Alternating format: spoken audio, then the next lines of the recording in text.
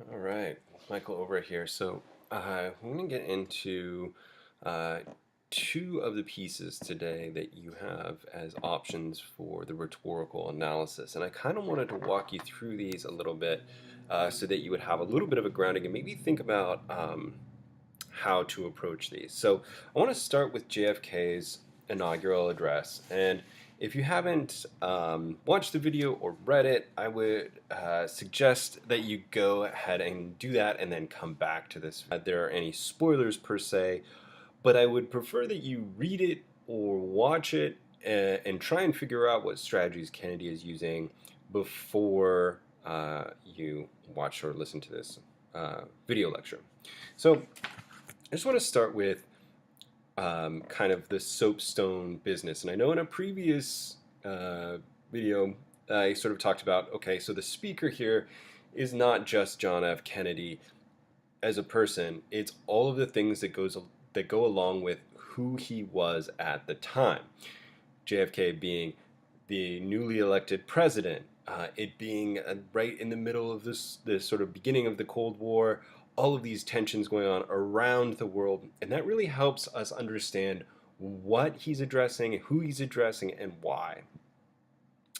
We also have the occasion, which is again tied into that, which is this is his inauguration, and so he's taking this opportunity to sort of set the tone of his presidency, right? His priorities as far as peace and cooperation and whatnot. The audience is tricky because here again, I think most people would have a tendency to either say he's speaking for everyone, which, as I've mentioned, is a mistake, and we're never speaking for everyone. We might send out a message that is accessible to everyone, but we're not really speaking to everyone. So, and I think the other problem is to say that he's speaking just to the American people, which we know he's not because he says, let every nation know. He says, to these different groups of people, to those new states, to those people in the Hudson villages, to our sister republics, to that World Assembly of Sovereign States, the UN. So he actually is speaking to a lot of different people, but in turn, his primary audience is still the American people, right? The people that hold his values. And this is important because he can fall back on certain things like life, liberty, and the pursuit of happiness, or unity, or peace as themes that we have in common as American citizens. So the purpose, and again, I've kind of talked about this before just a minute ago, and it shows you sort of how interconnected all these things are. His purpose is really to set the tone of where he's coming at, or where he's coming from, and how he's going to address the leadership of the United States. Now, in terms of tone, we've got a very positive, patriotic, but also, dare I say, aggressive. It's sort of like, don't push us or we will fight back, but we don't want to, right? So let's just start with a couple of basic techniques that Kennedy uses that he uses really, really well.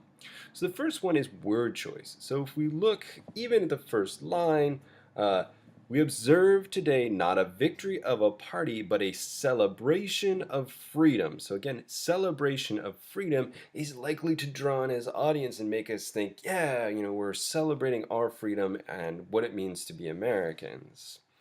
And he says that it's an end as well as a beginning, a renewal as well as a change. Of course, he's speaking here in terms of him being the new president, right? A little bit further down in the next sort of paragraph, he says, the world is very different now, for man holds in his mortal hands the power to abolish all forms of human poverty and all forms of human life. So again, think about this, mortal hands. He's acknowledging that we are mortal, that we are not immortal, and we have to sort of take, our reality, right? The power to abolish human poverty. So abolish is a very strong word. He doesn't say get rid of or end, but abolish. And all forms of human life. So again, I think here what he's talking about is that cooperation, and what a great way to juxtapose it. We can either make everything really, really great, or we can destroy everything, and it's in our hands, and we have to be aware of our responsibilities and the power of that. He also brings in religion, right? The hand of God. And he does this a couple times. He talks about the Isaiah in here somewhere, which you'll have to forgive me, I'm not up on my Bible references. I also, the trumpet call, which I think is also part of this sort of biblical allusion. In here as well, he talks specifically to the American people to get them sort of fired up. He says, "We dare not forget today that we are the heirs of that first revolution. Let the word go forth from this time and place as friend and foe alike, that the torch has been passed to a new generations of America, us, born in this century, tempered by war, disciplined by hard and bitter peace, and proud of our ancient heritage." Here he's saying, we know what we stand for, right? And he's sort of bringing in his audience. This is a direct address to his audience to get them fired up with that pathos, right? That passionate appeal, and kind of building on his ethos or credibility because, right, Kennedy was born in that century, in the 20th century, and he was a veteran. He had been at war. In fact, he was seen by many as a war hero. So he's bringing himself into this as well and embracing his ethos while also getting other people fired up about it. Now let's look a little bit at repetition. We get this to those new states, to those people, to our sister republics, to that world assembly. This helps contextualize it, and for us to know who he's talking to, it's very, very clear, and that repetition also keeps the pacing of things moving forward. We're not going to get lost as the reader or listener in what he has to say or who he's talking about or to, right? He does it again later on. He says, let both sides explore, let both sides for the first time, let both sides seek to invoke, let both sides unite and heed. Right? Again, this sort of repetition. And then, again, this sort of passionate appeal or playing on our emotions, again, with a little bit of word choice and a little bit of call to actions. In your hands, he says, my fellow citizens, more than in mine, right? So he's actually saying, like, I'm the president, but it's not just up to me, it's up to you, right? Will rest the final success of failure of our course. Since this country was founded, each generation of Americans has been summoned, again, there's a specific word choice, to give testimony, biblical reference, to its national loyalty, passion, right?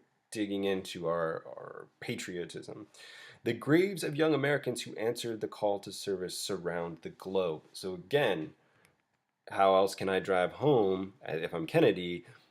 Our responsibility then to say, hey, all these people have died in conflicts around the globe, and we kind of owe it to them to do the right thing, right? And be proud of them and proud of that, right?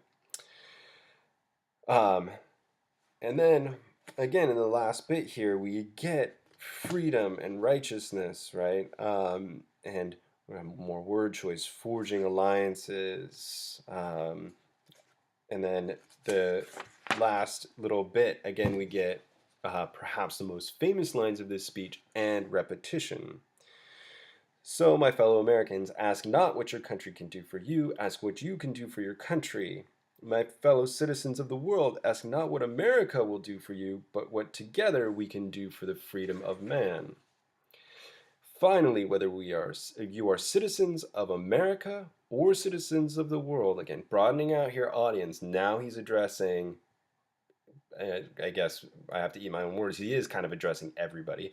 Ask of us here the same high standards of strength and sacrifice which we ask of you, with good conscience our only sure reward, with history as the final judge of our deeds. Let us go forth to lead the land we love, asking his blessing and his help, but knowing that here on earth God's work must truly be our own.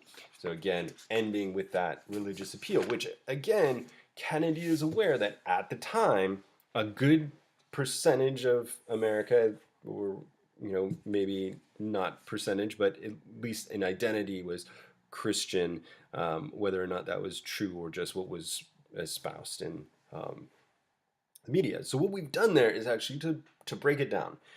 And the last question is to ask, was he successful? Well, it's I don't know, I'm not a math major. 60, 70 years later, we're still reading this speech and we're still looking at how well it works. I guess it's closer to 50, whatever. It stands the test of time and is probably one of the most well-known speeches of Kennedy's, other than the Ich bin ein Berliner, which is for different reasons. It's effective because it rallied people together. It firmly established his point of view and what his agenda was and what he wanted to accomplish, and it did set the tone for his presidency. Okay, so I want to turn our attention to another speech, this one even 100 years older. So again, as we look at Frederick Douglass's speech, The Hypocrisy of American Slavery, we have to realize that this has lasted even longer. Now, perhaps not as famous as far as like a little soundbite that people could pull out of it or maybe identify that Douglass was the one that said some of these things. But we have to play the same game with Soapstone. Who's the speaker? Frederick Douglass.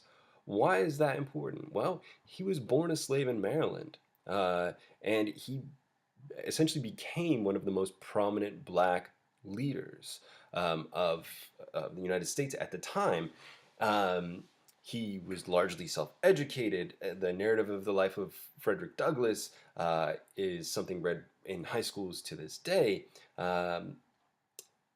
He was intelligent and driven and eloquent, right? And so here, what we've got is who he is. He is a black man in 1850s America where slavery is still present. Again, this is pre-Civil War. And he's talking about his experience as a black man on the 4th of July, right? The day when America celebrates its independence and national identity. So there we have speaker and occasion. We have audience. He is clearly speaking to white Americans. He is not speaking to African Americans again because this is a time period when most African Americans would have been slaves or servants. He's not talking to women, probably because women were maybe not even invited to this, right? Again, this is still pre-suffrage. He's got a very specific audience. So, and then we have to go to purpose, right? So purpose is he wants to point out how hypocritical it is to sort of have him there and ask him to celebrate with them. So Audre Lorde's 4th of July personal narrative comes to mind here. It's a similar sort of idea. Okay, so again, if you haven't read The Hypocrisy of American Slavery yet, I would pause the video, go read it, and then come back. I think you'll get more out of it if you try to sort of pick these apart on your own. So let's look at the very, very first line. This is sort of fascinating to me. So look at how he structures this, and this is very intentional. Fellow citizens, pardon me, and allow me to ask, why am I called upon to speak here today? First, direct address to fellow citizens. Second, this aside asking for their forgiveness, followed by the rhetorical question. Now, I don't think that that's by any means accidental or incidental. And so he starts out by asking, why am I here? Why did you ask me to come and speak on this occasion, right? And he starts what will be a continuing theme through this, which is the religious component, right? He says, and am I therefore called upon to bring our humble offerings to the national altar and to confess the benefits and express devout gratitude for the blessings resulting from your independence to us? Again, audience, right? Would to God, both for your sakes and ours, that an affirmative answer could be truthfully returned to those questions. Again, at no point really does he ignore this separation. He's very, very aware of, you asked me as a, or they asked him as a black man to come and speak to a white audience. He's very aware that he's not part of this group, and that's the main contention that he has, is that they're bringing him in to speak, but he's rightly suspicious as to why. And he goes into this, again, sort of speech with this behind him, thinking about this strange hypocrisy. And he brings it up again and again, as well as he does the religious component, right? So he says, a little bit further down after what I just read, who's so stolid and selfish that would not give his voice to swell the hallelujahs of a nation's jubilee when the chains of servitude had been torn from his limb? I am not that man. In a case like that, the dumb might eloquently speak, and the lame man leap as an hart. So again, he's again pointing out, why am I here, right? And bringing in this religious component with some things like hallelujahs. And now he's working more as well with his ethos, his credibility, and who he is, right? And he continues this. This is the core of this, is specifically Fredrick Douglass and his experience. He says, I say it with a sad sense of disparity between us. I am not included within the pale of this glorious anniversary. Right? Now, pale there, maybe isn't intentional as a double meaning, but in this context, my guess is it's also the idea of beyond the pale, which is actually beyond the outer boundaries, right? So he's not within the boundaries of this. And he talks about, again, the foundations of the American Republic, at least ideally, right? Independence, justice, liberty, prosperity. And he says that those things are bequeathed or given or inherited to your fathers, shared by you, but not by me, again, separated. The sunlight, again, word choice, that brought life and healing to you has brought stripes and death to me. So all the great stuff that you've had has not been so great for me. And again, he's speaking as a member of a very specific population. You may rejoice, I must mourn.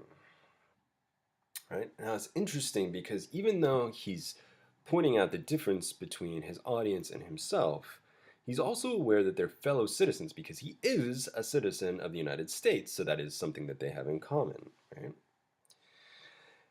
He says, fellow citizens, so we get that repetition here. Above your national tumultuous joy, I hear the mournful wails of millions whose chains, heavy and grievous yesterday, are today rendered more intolerable by the jubilant shouts that reach them. You guys are shouting in freedom, and yet who is not free? The slaves, right? So again, this hypocrisy. We're here to celebrate freedom, but there are a lot of people that aren't free. And again, we get some religious component, right? To forget them, to pass lightly over their wrongs, and to chime in with the popular theme would be treason, word choice, most scandalous and shocking, and would make me reproached before God and the world. My subject, then, fellow citizens, is American slavery. I shall see this day and its popular characteristics from a slave's point of view.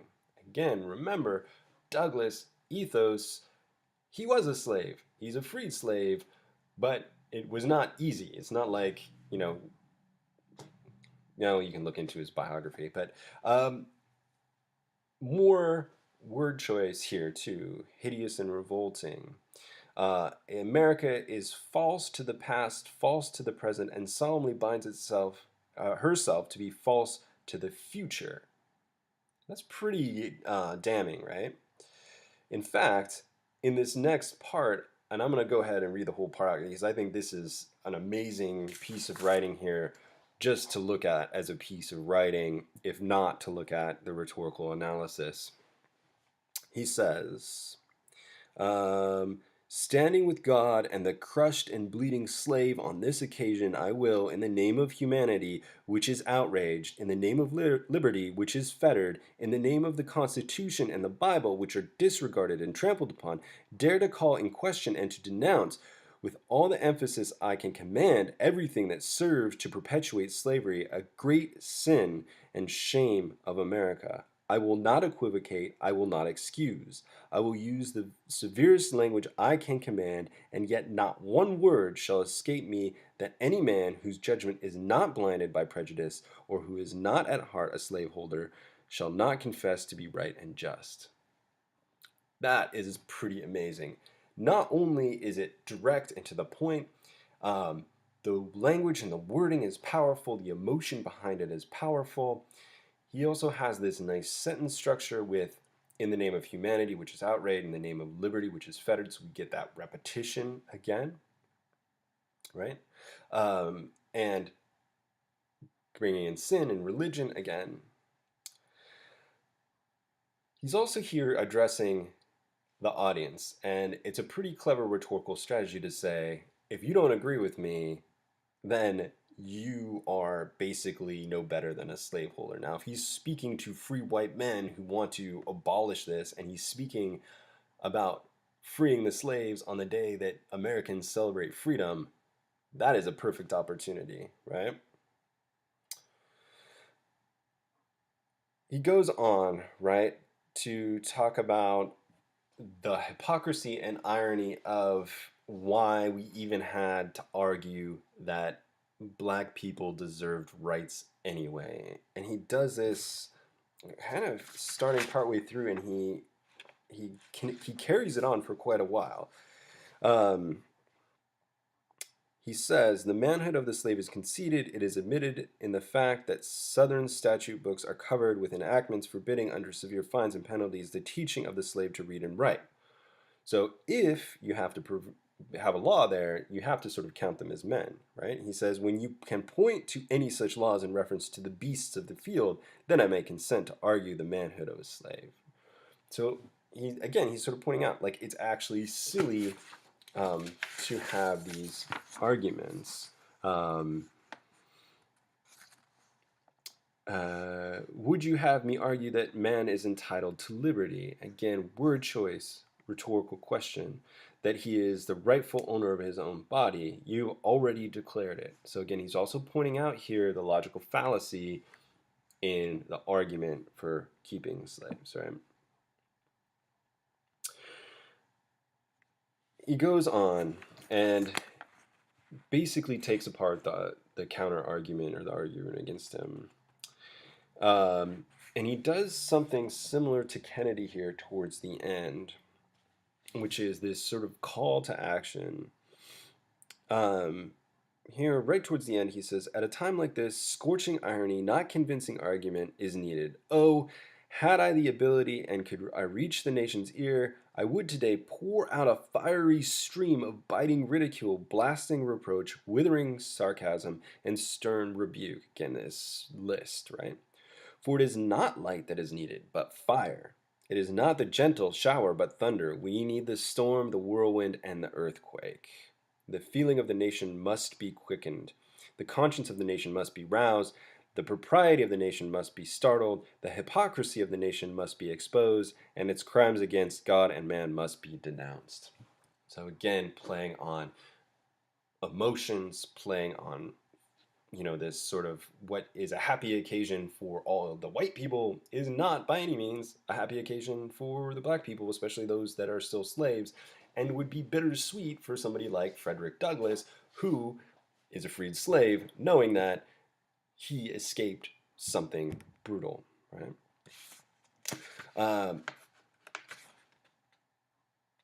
So again, I think if you look at these two, they're both excellent speeches and things in which the authors have used a whole host of rhetorical strategies in order to prove their points. They've used word choice, they've used allusion, they're clearly aware of their audience, they're clearly aware of who they are as a speaker, and again, those two are always connected. Speaker and audience are always connected. And all of those things are leveraged to great advantage. Is Frederick Douglass's piece powerful? I would contend that yes, it is. It hits all the right points.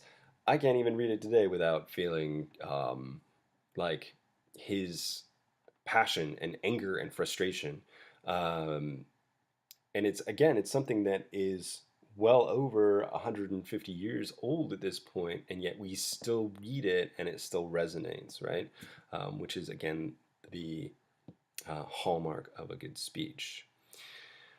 Okay, so that is a long video going over two pieces. I'm going to try and do another one to cover the other two pieces in the very, very near future so that you will be able to decide which piece you will want to write about. All right, email me with questions. Let me know if you have any concerns, and have a good